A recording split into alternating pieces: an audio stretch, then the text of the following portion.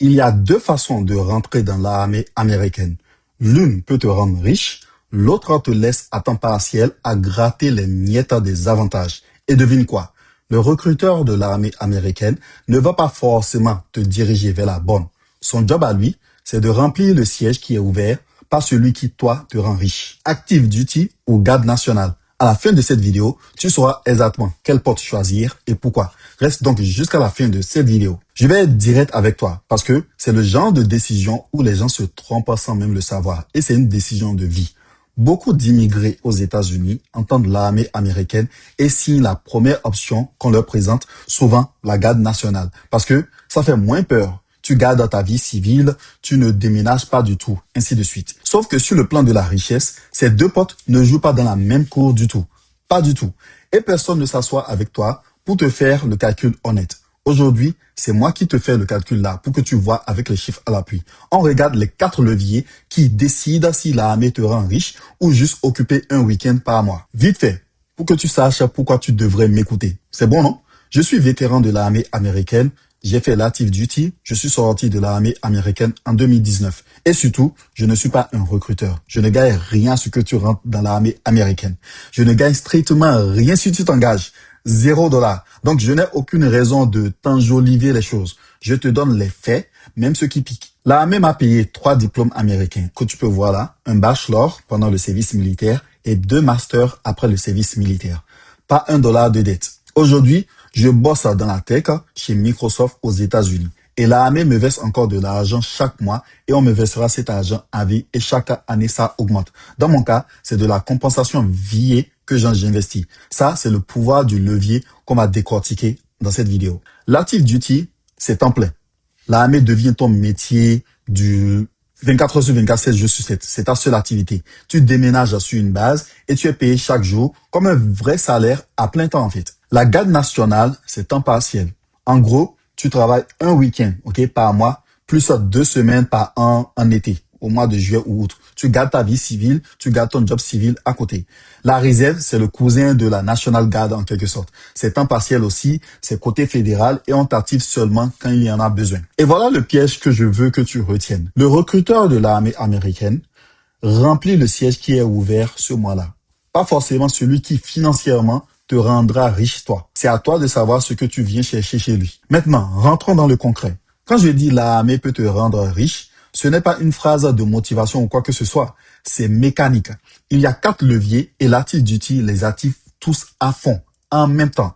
Levier numéro 1, le salaire et le logement. Levier 2, les études payées. Levier 3, le security clearance. Levier 4, la santé et le revenu garanti. On les prend un par un et tu vas voir où se creuse vraiment l'écart entre les deux portes, entre National Guard ou réserve et Active Duty. En Active Duty, tu touches un salaire à temps plein. Et par-dessus, tu as 2 allocations. La BAH pour le logement, la BAS pour la nourriture. Tu reçois ça chaque mois. En garde, en National Guard ou en réserve, tu es payé à la journée d'exercice. Le logement, la BAH, tu ne la touches en plein que quand tu es sur des ordres actifs. Le reste du temps, tu ne touches pas ça. OK? Est-ce que tu vois la différence là? À temps plein, cet argent tombe tous les mois. À temps partiel, c'est quelques jours par an. C'est ça le moteur qui te permet de mettre de l'argent de côté justement et d'investir. Et là, je te donne ma règle que je suis. Celle que je répète toujours. Sors l'émotion de tes décisions. Regarde les chiffres. Les chiffres ne mentent pas et ne mentiront jamais.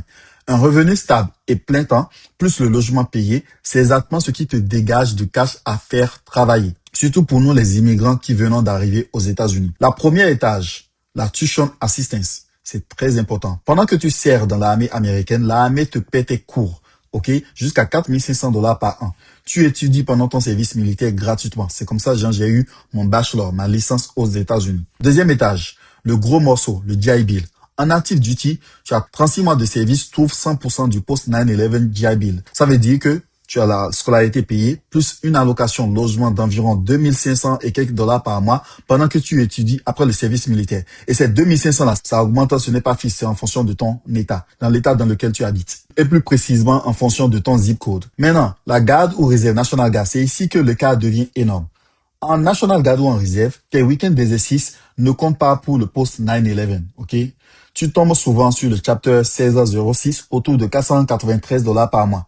Compare ça à 2500, $3000 contre 493, ce n'est même pas le même monde du tout en fait. La stratégie de malin, c'est que tu utilises la tuition assistance pendant le service militaire comme je l'ai fait et tu gardes ton GI Bill pour après le service militaire quand l'allocation logement s'active et qu'il vaut plus. C'est exactement comme ça que j'ai fait payer mes diplômes. En active duty, tu es exposé à temps plein. Ta clearance, c'est sponsorisé et surtout maintenu en continu. Elle ne dort pas. En National Guard ou en réserve, c'est possible aussi. Je ne te mens pas, mais l'exposition est partielle. Et le chemin est souvent plus lent pour l'obtenir comparé à l'active duty. C'est plus lent pour l'obtenir et la garder active. Et pourquoi je te parle de ça sur une chaîne de tech, ok?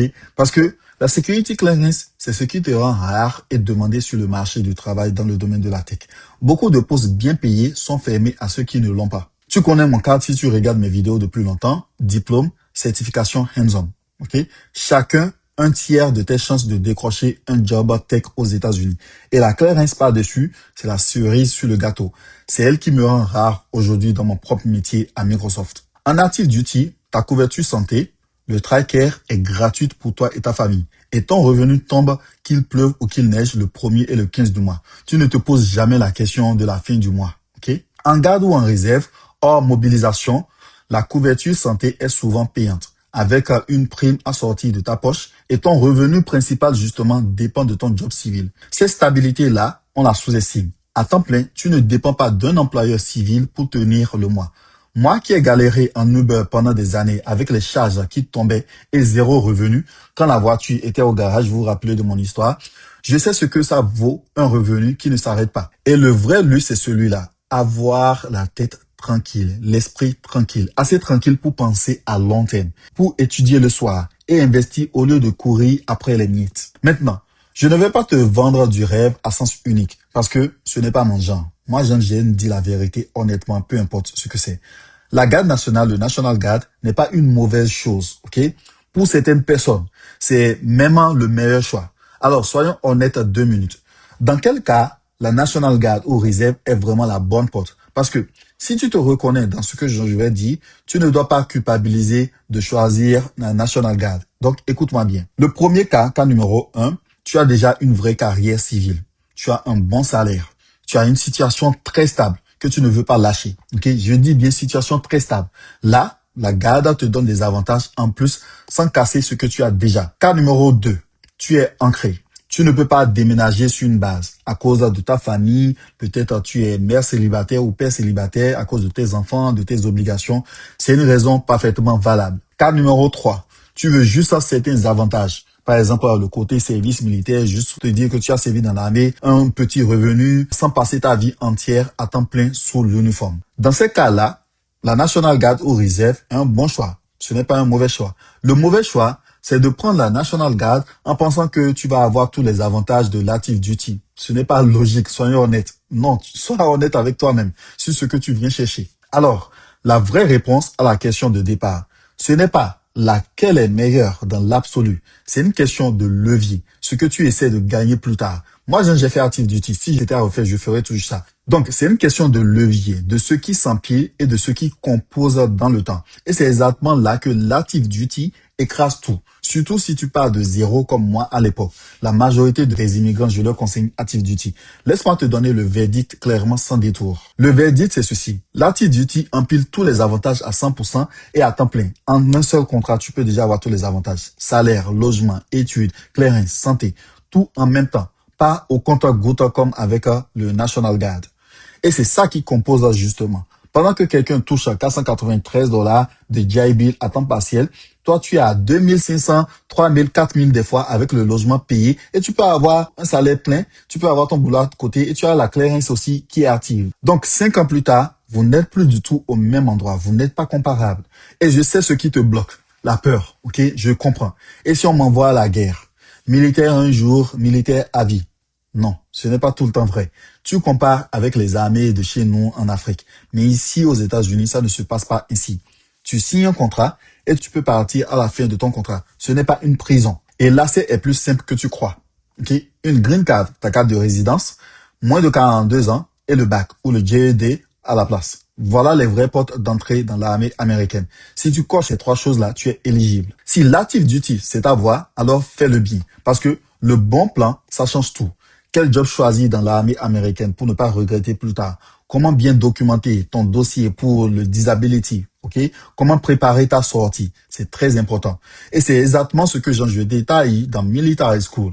Military School, c'est une communauté où je te parle à cœur ouvert, j'ai des leçons dedans. On a une communauté de plusieurs membres. L'armée américaine comme levier d'immigrés, étape par étape, sans que tu perdes 5 ans à t'entendre comment certaines personnes le font.